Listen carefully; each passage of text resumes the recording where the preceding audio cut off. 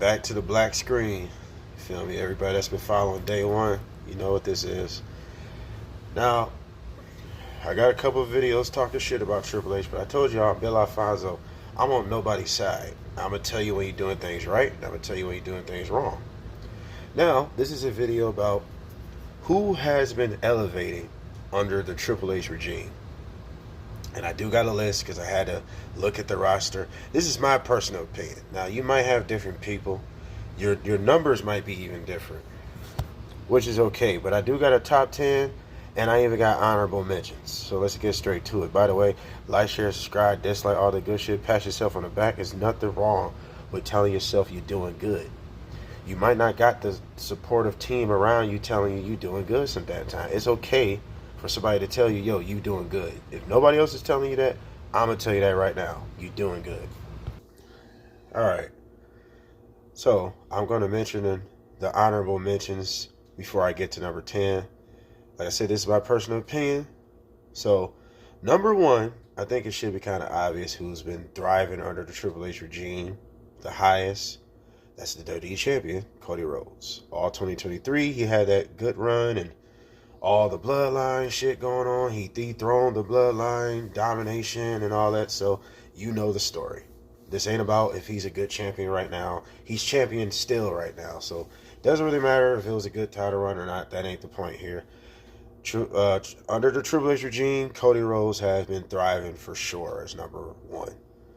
Number 2, I think this should be kind of obvious too. Rhea Ripley. Rhea Ripley has been shot to the moon.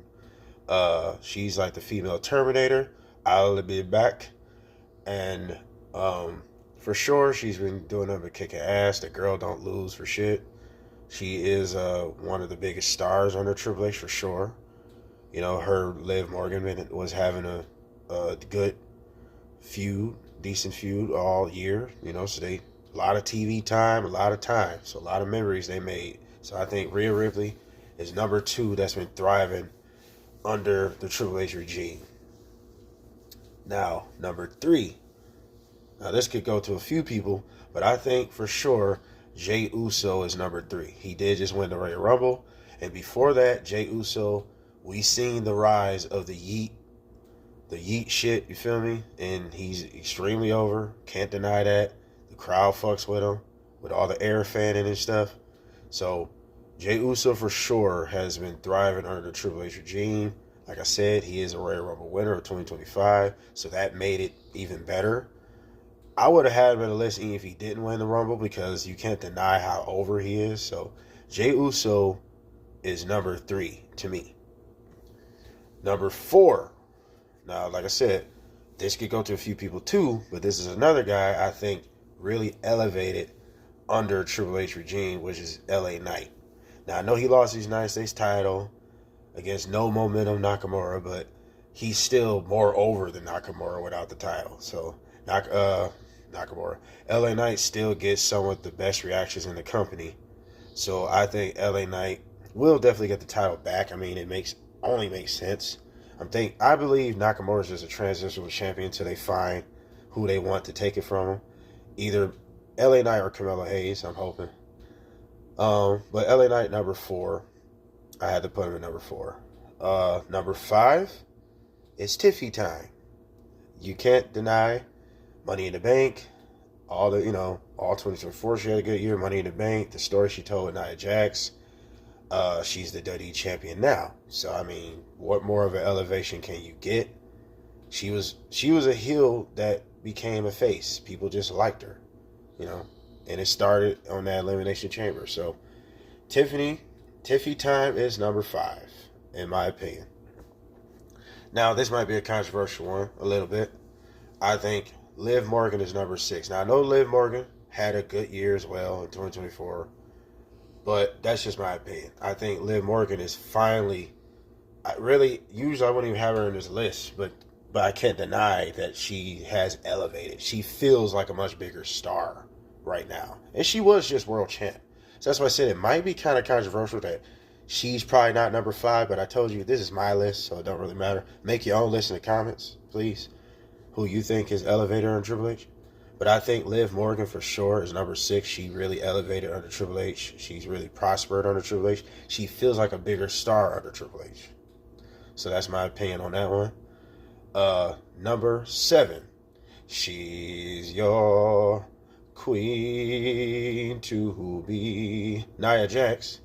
Just know that every time I go to Coming to America, when the nigga was singing "She's Your Queen to Who Be" at the wedding ceremony, if you don't know what I'm talking about, go watch the movie. It's a classic. He'll have you crying in tears with laughter. But Nia Jax, she won Queen of the Ring last year. WWE Championship, she was a much better champion than Bayley, for sure. And she gets heat. I mean, this woman, Nia Jax, definitely generation heat at number 7, for sure. Nia Jax definitely deserves to be in this list of stars that elevated under Triple H. Is no doubt in my mind. She got better in the ring. She always have looked good to me, but she looked even better in the ring. She's gotten better in the ring, and she generate real heat. Unlike a lot of people on this list, for real. As far as heels, she gets real heat. And not go away heat like, oh, we don't want her around. She get heat where you want to see her get her ass kicked. And that's the heat you want. She's easily like the best villain in WWE right now. Real shit. But let's move on to number 8. Now this might be a controversial number for the lane general Gunther. Now Gunther, the reason why I got him at number 8, because the lack of his title run. That is just, he's been champ good 6 months or something like that, I think. Or I don't think it's even been that long, but maybe 4 or 5 months. It's just the lack of his run. They kind of slowed him down, but he's not generating the reactions like a Nia Jax to me, or like pretty much anybody above him on that list. And he might be a controversial one because even people under him might be generating better heat. But the fact he is a world champ, he became world champ under the Triple H regime. He's the king of the ring under the Triple H regime. So you can't deny the accomplishments. So I have him at number 8, pretty much by default, because he did elevate under Triple H with those accomplishments. It just is what it is. Number 9, we're almost at number 10 already. But number 9, the real tribal chief, Solo Ho, I got to put him at number 9. He does get better heat than Gunther. So he could have been number 8, honestly. But Gunther being world champ is the only reason why I kind of got him over him. That's really the only reason. And Solo kind of been on a losing streak. Gunther ain't lost, so it's just kind of, But Solo character work and like the things he been doing, he put over his bloodline. He treat his bloodline better than Roman bitch ass ever did. But Solo I got to put in there. I got to put in this list of people that elevated under Triple H, even though he lost and all that. But like, it's not really the position it's not really about losing or winning. Sometimes it's the position you're in. And I think Solo's still in a good position. He's not just thrown off the map. He's not buried. He's not buried. He's not completely buried. He has time to elevate back to the top spot. You know what I'm saying? I say give Solo the United States Championship. But at this point, he might be at a level where he's a bigger star where he don't really need the United States title. So that's why I got him in this list. Now, before we get to number 10, I got to put in my honorable mentions, okay? There is an honorable mention of DIY as a tag team. They have elevated under Triple H. I think, 2-time tag team champs. They're beefing with Motor City right now. Another honorable mention, Io Sky. She was world champ in 2023, lost at WrestleMania. She did get a WrestleMania match. Really got the show off, and she's still pretty much a prominent piece on the show. Chelsea Green for sure. She probably could have been in the list. Is it kind of think about it? She do get good reactions. People really do follow Chelsea Green, but she just got the title, so that's the only thing that's kind of holding her back a little bit. She just got the title, and her reactions was good, but like, I don't know, it's kind of controversial. The list could have went either way. Dirty Dom. He could have definitely been list people elevated because he's getting nuclear heat. But Dirty Dom has just been feeling still. Like he's just there. That's just my personal opinion. He just feels like he's just there. Like no championships in his future, it seems like, at all. And I don't know. They lost the tag team title shots when JD McDonough got fucked up with when he got into a fight with the announce table and the announce table won. So I got Dirty Dom as an honorable mention. I got Damian Priest as an honorable mention. He was world champion under Triple H regime, even though it was a fluke. I mean, it was a fluke title run. He was just transitional. We all knew that. But I got him in it due to that, though. He was a world champion under Triple H. Another honorable mention is two members of the Big Three. They did have a big show on the WrestleMania 40 last year, which is Naomi and Jade Cargill. Jade Cargill did debut at the Royal Rumble. She still got spice to her name. At least Jade Cargill's in the story, and Naomi's in the story, possibly being one of the perpetrators or the snake biters that probably bit Jade Cargill in that nice round ass and attacked her, you know what I'm saying? So at least there's something there. That's why I got him in the honorable mentions.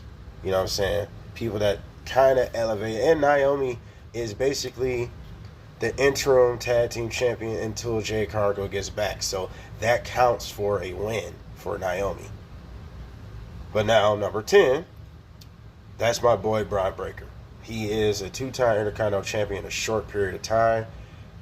Now, this goes for all the champions, really. All the champions are kind of booked, kind of weird and shitty in a lot of ways. I don't really understand the booking that much with the champions, of barely having them on the show. I don't know, but by default, he is a two-time Intercontinental champion. He does get reactions when he come out. People do like him. He did have a good showing in the Royal Rumble. I liked it, the Roman Reigns, and he killed iShowSpeed. So that got him to be viral off of that. So, under Triple H, he has... And in 2024, I got to mention something that pretty much people probably don't even mention. He got almost out by himself, like right out. So, Bron Breakker has been kind of kicking ass. He just... Triple H booking just don't show him enough. And that's kind of all the champions, but I digress. That is my top 10 stars that elevated under the Triple H regime. Those are my honorable mentions. And what do you think? Make your own list under the comments. Who you think thrived under the Triple H regime. We are out.